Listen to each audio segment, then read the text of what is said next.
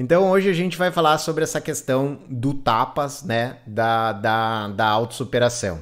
Para começar esse assunto, né, da autossuperação, a gente tem que primeiro pensar, tem que entender um conceito, uma palavra que é muito usado para o yoga, mas ela é usada, como eu falei, em todas as religiões. Essa palavra é ascese, tá? O que é ascese?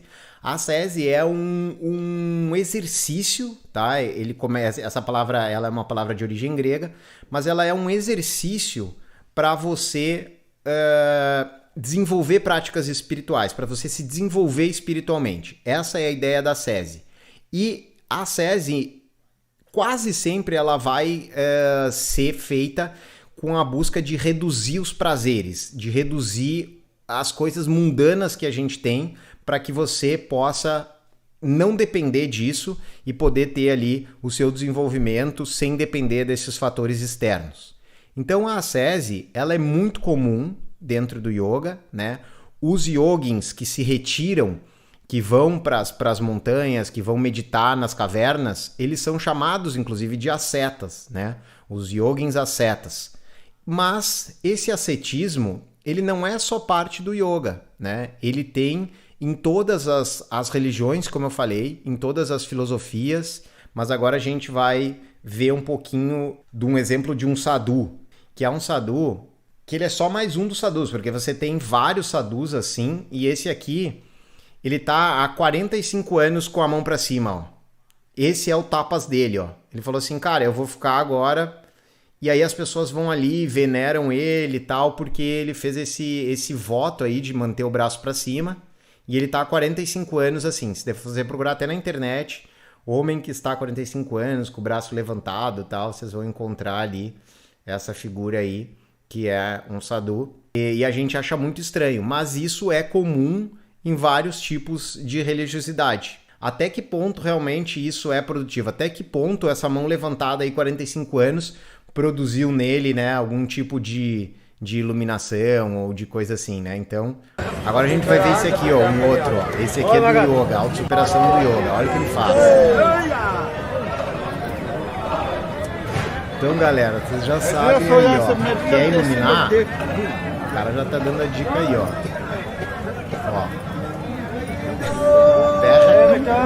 Ó o Sirshasana.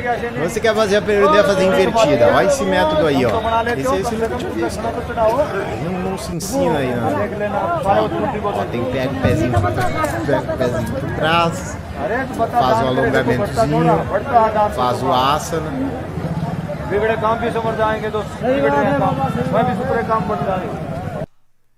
Ó a invertida.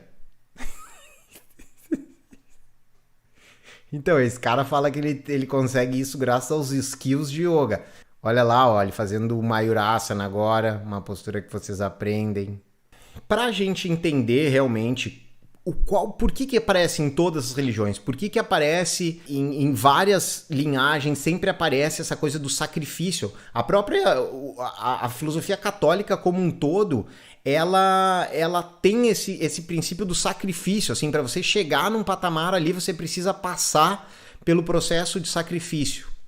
Então, como eu venho expondo aqui, é isso que está nas culturas, que está nas religiões, isso não veio do nada. Algum efeito aquilo tem, alguma verdade ela foi baseada para depois ela ir se desenvolvendo, e aí aquilo ali chega e se torna uma prática, ou se torna um ensinamento, ou por aí vai. E hoje a gente começa a ter outras explicações porque a gente desenvolveu muito a parte de neurociência, a parte de entender como o nosso cérebro funciona, entender como os estímulos funcionam, entender como acontece todo esse processo aí dentro do nosso cérebro. Por que isso acontece?